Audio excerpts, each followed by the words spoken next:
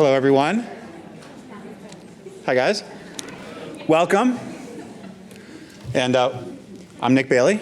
I am one of the co-founders of this conference, which is From Day One. On behalf of myself and my co-founders, who are Steve Koepp and Aaron Sauter, they're here, you guys might meet them, as well as the 15 people on our team, many of whom are here today. We really, really sincerely want to thank you guys for coming out today. And also we want to thank you for observing and being part of all the health precautions that we're trying to work on as well. So seriously, thank you. We know how incredible it is that you're here. We know how difficult it is in this era to do a live event. It's been almost exactly 2 years since we were here at SAM. In the meantime, of course, in the world, literally everything has changed. We're going to talk a lot today about how that change has affected you and the organizations that you're in throughout today. Change has been a really important part of our story as well, obviously. 2 years ago, we'd never hosted a virtual online conference, and now we've done over 100. 2 years ago, we had about 10,000 people who'd come to our live events, and now we have about 100,000 who've come to our live and virtual events. So thank you for being part of that. But one thing hasn't changed. One thing that stayed the same is the core belief that we had when we started From Day One, which is the belief in bringing people together. When thoughtful people, that's people like you, meet in the real world, it creates a positive environment that can help inform, inspire, and lead to positive change. Actual in-person gatherings can help us interact with each other. They can remove some distractions from our digital life. They increase our ability to learn and to actually connect in a human way with other people. If you're here now, you might believe this too, we think. So that's a value that all of us here share. So let's talk about values. The remarkable events of the past 2 years have caused a very stark reevaluation of values, including a redefinition of the relationship between business and society, as well as between companies and the teams that comprise those companies. The pandemic created an instant and wrenching reinvention of the physical relationship that we have with the workplace. Then the events of that same summer, touched off by the murder of George Floyd, set off a national conversation about racial justice, including what the role of business should be in that conversation. And most recently, what's being called the Great Resignation, which we think is probably more accurately described as a great realignment, as people switch jobs, leave jobs and switch jobs, that has taken hold within the workforce. At root, every one of the issues that I just mentioned is about values. Companies are being held to a higher level of accountability. And it's in a way that feels maybe, we think, hopefully, maybe, a little more real and a little more permanent than some of the last times that this has happened. People are demanding that their companies have an alignment between the stated values that they put out and their actual lived values that are observed. We founded From Day One to talk about what's happening to us right now and what we're doing about it. Everybody wants to talk about the future of work. This is not a future of work conference. We don't do those. This conference is about right now. It's about right this second. Now that these ideas have everyone's full attention, what can those of us that are actually working in organizations every day actually literally do about it? How can we consider social and ethical issues within our business models from day one? We've gathered an incredible group today that are working on these issues right now. These are people with unique perspectives and insight to share. We're excited to hear and sit and learn from them. That group that we've gathered today includes you. So thank you for being part of this discussion. Thanks for joining today. We're really thrilled to listen and to meet you. Take a look to your right and your left.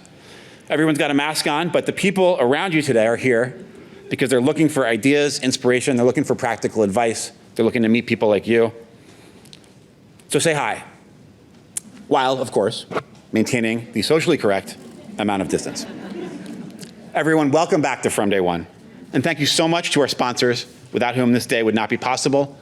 Those sponsors are Accolade, Carrot, Code Signal, Hone, Limeade, Numbly, Navati, E4E Relief, Blueboard, AMP Creative, and Ovia Health. Most of them have booths upstairs. There's a display that's going on out in the landing. Some workouts, breakout sessions are going on that you can get more of a chance to learn about them.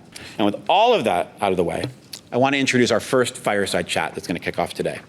This is called How HR is leading a transformation in work life. We have the Chief People Officer of a global travel business with us today, who's going to illuminate the dramatic shift in the relationship between workers and employees and how HR leaders can play pivotal roles in that. So please welcome to the stage Archana Singh, the Chief People Officer at Expedia. She's also served in top HR roles at companies including Wiley & Sons, Unisys, Sun Microsystems. She, welcome, will be interviewed by Josephine Cheng, who's a renowned local Seattle TV reporter and producer. She's also a founder of the communications company Smart Chick Media. Thank you guys so much for coming. Thank you. Thank you. Wow, I haven't been in a room with this many people in a while. Welcome. I'm so glad that you're here, and welcome, Archana. As you know, Chief People Officer of Expedia Group. She oversees global human resources and also focuses on creating HR operational excellence, best-in-class employee engagement and experience, and strong leadership development. Now, if you've ever used Expedia, you know that it is a global travel platform headquartered here in Seattle. But did you know that Expedia Group employs more than 18,000 workers all across the globe, more than 50 countries? Isn't that right? That is true. That is true. So I want to start by acknowledging and really applauding you for, recovering and making gains during a time which has been one of the worst in the travel industry in modern history. That's been said. And so that's amazing. We want to hear how you are doing that. Let's start with work from home, because 3 little words that have sort of changed workplace culture. Was supposed to be temporary, it became the norm everywhere. And how did you manage that with 18,000 employees from over 50 countries? Thank you, Josephine. First of all, it is really, I echo Josephine's words. It's wonderful to be surrounded by HR team members from different companies. Really delighted to see you all. When I walked in, I saw some people at the breakfast table exchanging conversations, laughter, etc. It was really incredible to feel that energy of human connection. So this, coming back to work from home, and I think it was March of 2020 when it became a reality for us here in Seattle, and it was astonishing. I personally thought it's a week, 10 days. We had a Seattle Challenge meeting, and we said, okay, we're going to go and come back, etc. And 2 years later, we are still in the same place. We've learned a lot as individuals, as teams, as organizations. And for us, when I think about the last 2 years in terms of the journey, it has been different learning at different stages. The first part was just scrambling, how do we do it? Get all our, and if you can imagine, travel industry. At that time, cancellations were rampant, and our call centers agents had to be equipped with computers. So that was the big learning, is how do we equip people to be able to work? And then it became about what do we do with people having the needs for children. Schooling was from home, every aspect of life had been upended. So that became the next wave of learning, is how do you incorporate flexibility, awareness, understanding? How do you support managers to be able to create that flexibility for individuals to manage what they need to? Remember the times we used to say, bring your whole self to work? We'd almost taken our work to our whole self. And the chaos in the houses, and the clutter, and the noise, and the pets, and the doorbell ringing, they have now become, 2 years later, ways of just being. I find that it has been an incredible human experience to just see this awareness, understanding, and the beautiful word that I think about is acceptance. Mm-hmm. Today I see all our line managers, all our leaders being so driven by, let's accept whatever is the state. Someone has to focus on something else at the time, create the flexibility in the team to do it. So for us, work from home has afforded different learnings along the way, and this awareness has led to deep acceptance, and this acceptance leads to gratitude that we can be and work together and create performance at the same time just be. So. We get a lot of insight into our coworkers too, don't we? Seeing their houses, their pets, their joys. Right. And the trials. It was in the news that Expedia laid off some 3,000 employees when times were hard. How did you manage that and keep up productivity for the rest of the workforce during, what is really an uncertain time for everyone? Mm-hmm. We started our simplifying journey a little bit before COVID times. So our actual efforts around simplifying our business, how we work, and looking at businesses that don't make sense with Expedia Group, divesting those, streamlining operations. For us, it started in January of 2020, more like December of 2019. And then when it actually had to happen, that's when it all became virtual. So what was amazing for me to see is how my team and the line managers and the leaders came together. And the core word around that was, how can we care and nurture people through this transition? The leadership of the company said this is not the time for us to save money in restructuring costs, etc. We went above and beyond wherever needed.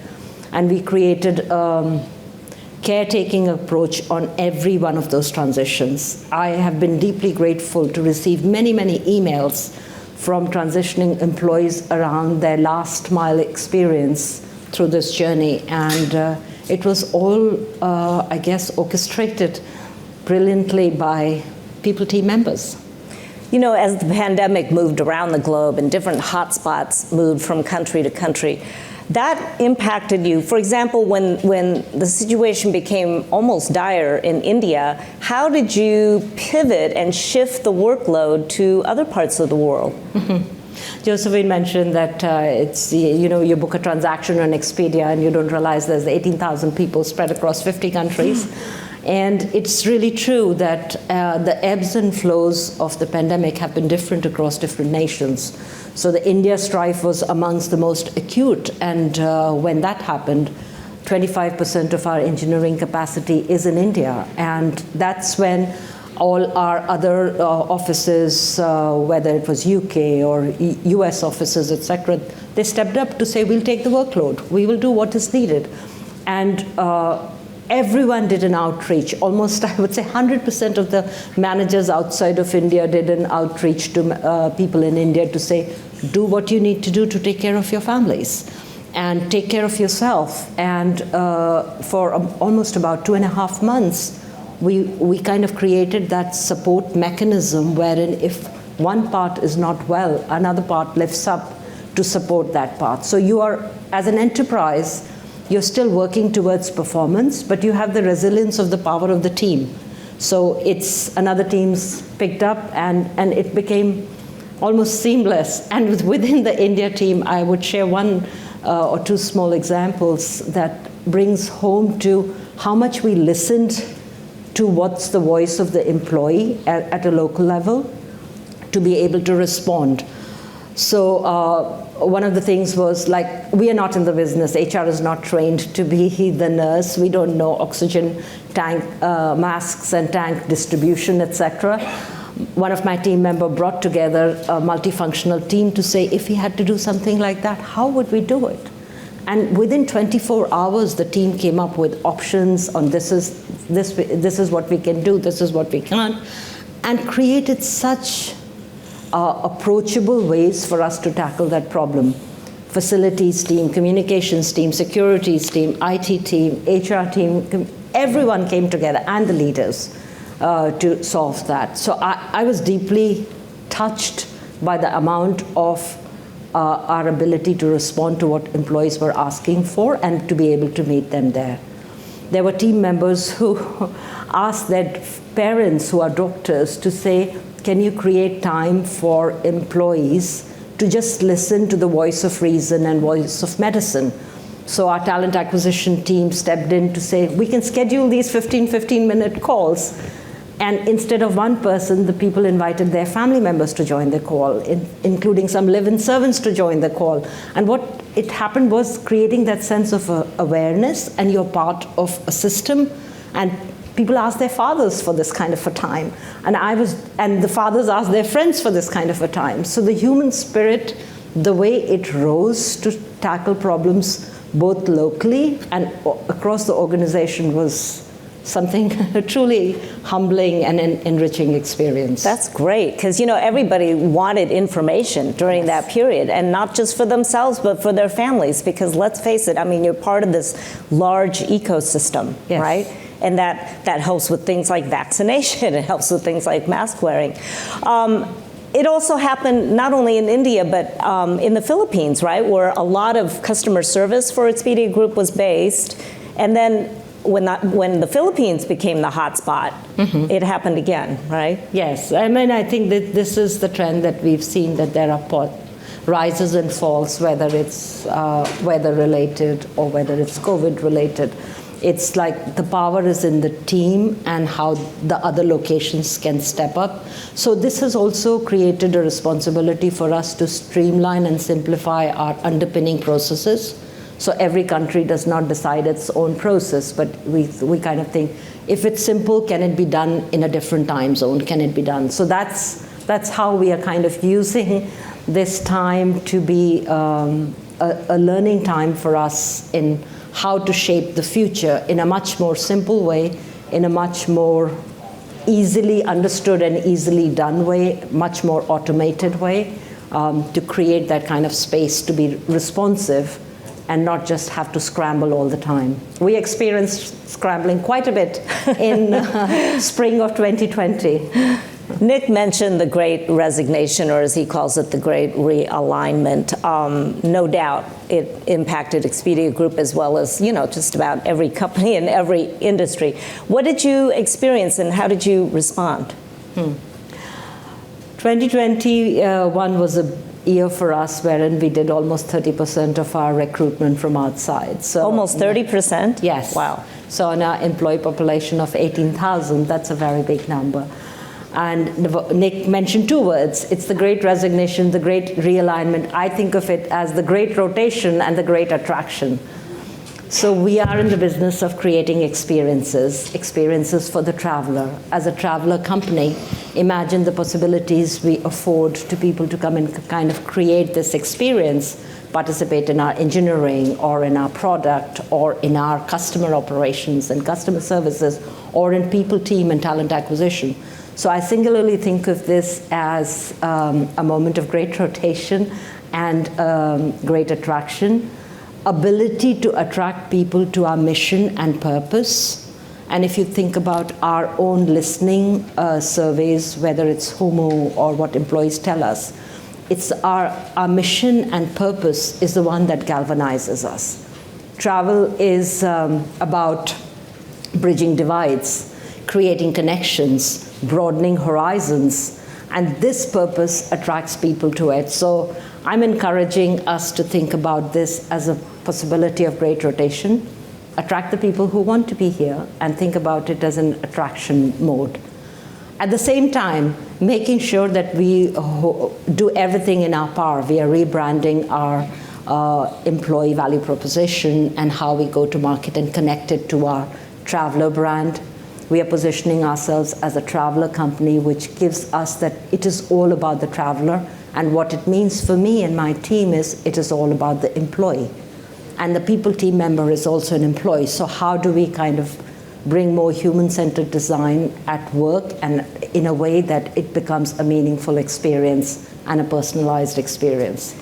So I'm not fearful of the great resignation. I'm really thinking of it as an opportunity to tap into our purpose and mission and attract people to Expedia. So you were hiring 30% new workers, which is a whole lot, and onboarding them remotely, I might add, which is no small feat. But you're saying that the mission and the brand is more important than in terms of talent acquisition. That is as important, if not more than, say, just compensation or benefits?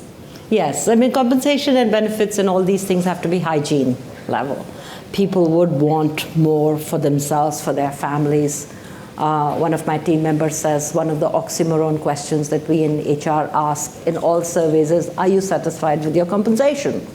who's going to say yes to that question? The more is a feature that we always want. So what we have done is paid inordinate attention or attention around things that matter in travel, and how do we light up the travel experience for the employees with benefits around travel. Then we've paid a lot of attention around well-being, and including talk space and access to support. So as people are managing to integrate work and home, how do they thrive in that? So we've paid a lot of attention to that. Well, I want to get into that because a lot of corporations talk about listening to employees, right, and empowering them, and I'm sure that's why you are all here, to learn how to do that. And I want to do a deeper dive into how Expedia Group did that. Were there changes or new programs or new benefits that you implemented to, to increase that?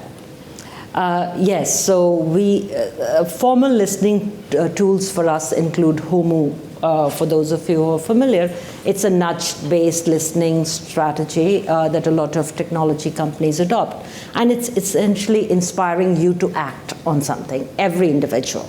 And it's inspiring your managers to act. Our Humu nudges have been now a feature for us for 18 months, which just activates every individual to be conscious and take care of themselves, not always waiting for a cascaded employee engagement, someone else to come and improve the state of being for you. For other benefits, we did employee polling. There are a lot of Slacks where we ask employees what matters, and being able to kind of create both efficient and effective tools that allow us to scale globally. So Talkspace is one such tool, which allowed us to scale globally, and it creates an access for our people. So it's mostly meeting people where they are and creating that. Of course, there are still gaps in certain areas that we think there are, and we continue to kind of look for, okay, how do we afford those and how do we create that kind of possibilities? Compensation has been a big topic for us too, especially as we think about digital talent, and now every industry is looking for digital talent, so the so-called war becomes really, really big. So that's why I think tapping into the purpose and the mission of the organization and creating a human feeling of connectedness, that's what would be the bigger drivers of people joining and staying and thriving. Right. And that's it's really competitive. I mean, especially here in Seattle, in the Silicon Forest, right? Talk to us about other sort of policy changes. I know that, for example, you increase the frequency of some, reviews, employee reviews. Mm-hmm. And then you also gave people sort of the option of short-term changes in their job description or job duties. Talk to us about that. Mm-hmm. So if you think about it, we thrive when we have clarity around how we are doing. What are we supposed to do and how are we doing? So instead of annual performance reviews, which are protracted cycles where people forget, and imagine a year like 2020, we don't even remember what happened in 2020 or 2021. So we increased these quarterly connects, we call them, and they are about connecting every quarter formally. And it's about what are my goals, what am I working on, where am I thriving, where do I need support. And it's so interesting, none of these are mandated, but I've seen the percentage engagement go steadily up to the latest being in early 90s. So people are wanting to get frequency in knowing how they are doing and how can their managers support us. Managers are finding it a much easier exercise. You don't have to rely on memory to think of what someone did in Q1. You have the 4 quarters in front of you, so periodicity and frequency has gone up. The second thing is about the great rotation and the resignation. It's the drive to figure out something else. What about that? What about that? That's where gigs come in for us. So when you think about so many times in a company, people go on parental leaves, and that creates an opportunity for someone else to go and test and learn that area. So we are advertising these things, and we are making them accessible to everybody to say, if you want to try a gig for 3-6 months, go forth, get that experience, build a different career track. Someone on my team has just taken on a gig in AI an ML program management area. It's totally different from a HR professional, but his ambition is in that area, so he gets to do a gig for 3-6 months that allows him to build that career trajectory in that. So we're creating these kind of opportunities where you don't have to go elsewhere.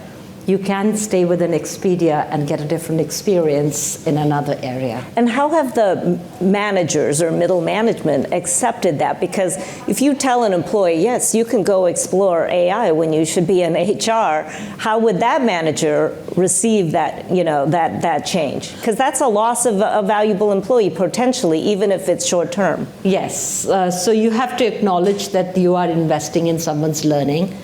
Expedia's managers are brilliant employee advocates. And I find that's such a pivotal role that they are always wanting to see what's in the best interest for a person. So they have created, of course, we have to figure out mechanisms of how to augment them with support when they are giving these kind of opportunities.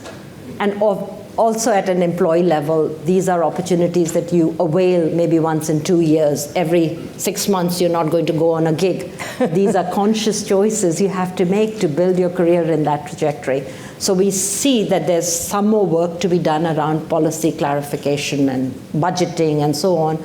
But at the same time, managers such a pivotal role, and by and large, most people managers at Expedia have the employee interest at heart. And that's how they are kind of creating this space. Sure, and because they don't want to lose that employee, yes, too. Talk to us about hybrid work, because that's like what a lot of companies are dealing with now. At Expedia Group, it's still a choice, right? Whether you go into work or not, or how much you want to do that. But that combination of work from home and work from the offices can be, has its own challenges. How do you see that working, and how do you see improving that process? Mm-hmm. This is another one of those policies where we had to listen hard to what employees want. And as I'm sure you can imagine, it's all over the spectrum. There's a 20% that wouldn't want it, wants it fully virtual. There's another 20% that wants it fully in offices, etc. So we started with an approach around saying it's 3 days in office, and we prescribe the days. And now we are at a place wherein it's 50% is in office, and the power is in those in-office collaborations and gatherings. And at the same time, 50% of your time is you do your own work wherever you need to be. We've always been attuned to working in global, because we are in these 58 plus countries. So we have teams in different locations. But what this moment has given us keen insight on is people need focus time, so we have to be better at asynchronized work, which means you can do your focus time without needing to join a meeting. And people need the power of gatherings to create that human connectedness. So the work in the offices has to be more around gatherings and connections and building that. So it's how do you balance those? So that's what the consciousness has now been raised to say, let's be more aware of how we do both work from home and in-office gatherings. And even in meetings, like, we were talking about how if you have 2 people on Zoom and 2 people who are meeting in person, there's going to be a different dynamic. Like, we're going to have, rapport going that's going to be hard to reach out across that screen and get the other 2 involved, right? Yes. And that's why I think the meeting and the agenda, some things we used to talk about 15 years back, I suppose, is back again. It's like, let's pay more attention to how we have the meeting. Publish the agenda, publish the notes, plan the breakout groups. So it's not just let's get on a call, or the phrase that most people use, let's jump on a call. So I said, don't jump on a call, come to a call.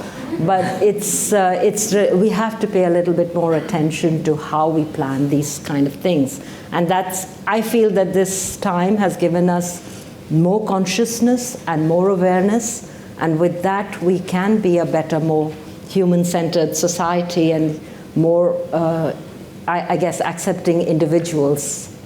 So, in 2021, travel bounced back, or at least, did some kind of a small bounce back, thank goodness. I think there was pent-up demand, don't you? I mean, people want to go places. Yes, we said it's hedonistic travel will be back. Yes, well, and even if you're not, traveling internationally, maybe it's more domestic, maybe it's closer to home, but personal travel is up, yes. Right? Not as much business travel. Where do you see business travel and international travel going in 2022? I think it'll follow the ups and downs. It's not going to be a linear recovery, as 2 years have taught us. Most things are non-linear, so there will be peaks. France is opening up, everybody gets excited. Then some countries closing, then we get a little bit. So it's going to be non-linear opening, but I definitely see 2022 ending in a more of growth inflection, and 2023 will be back in the game. More mindful and more conscious, so as humans and citizens around the world. But I think travel. Did Omicron impact that at all? Yes, as you think about the countries, their rules and regulations evolve and change. So any of these has an impact, and it has an impact on travel. It has an impact on gatherings, so yes. I want to end too on a couple of key takeaways for our audience. You mentioned a lot of good things, but what would you say if you could take back to your office and implement, a couple of key things? What would they be? For me, what has really rung true in this year, last 2 years more than ever before, I'll leave you with two. One is we think about performance and well-being as two separate things. They're actually the same thing. Two sides of the same coin. So you have to be well, and then you perform well. And if you're performing, you feel well. So performance and well-being are two sides of the same coin. As HR professionals, our role becomes educating managers that this is not a problem of either or. This is the genius of and. Let's put performance and well-being together.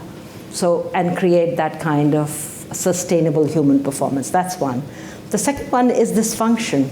Dysfunction has come out in such brilliance in this last 2 years as an orchestrator, as a conductor of different disciplines, and being able to bring different disciplines to have a discussion and test and learn our ways into it. We shouldn't lose that. We're not experts. We are here to create this orchestration. So let's continue this practice of bringing different points of view together and work through that.